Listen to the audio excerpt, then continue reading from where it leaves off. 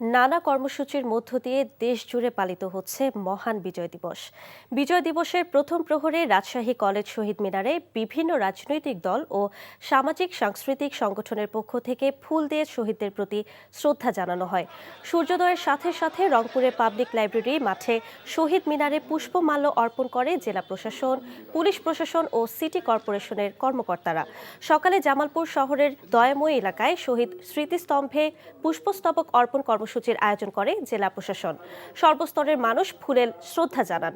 Kushtia collectorate চত্বরের মুক্তিযোদ্ধা স্মৃতিস্তম্ভে ফুল দিয়ে শহীদদের প্রতি শ্রদ্ধা জানান প্রশাসনের কর্মকর্তা, কর্মচারী, বিভিন্ন রাজনৈতিক সামাজিক সংগঠন সহ সর্বস্তরের মানুষ।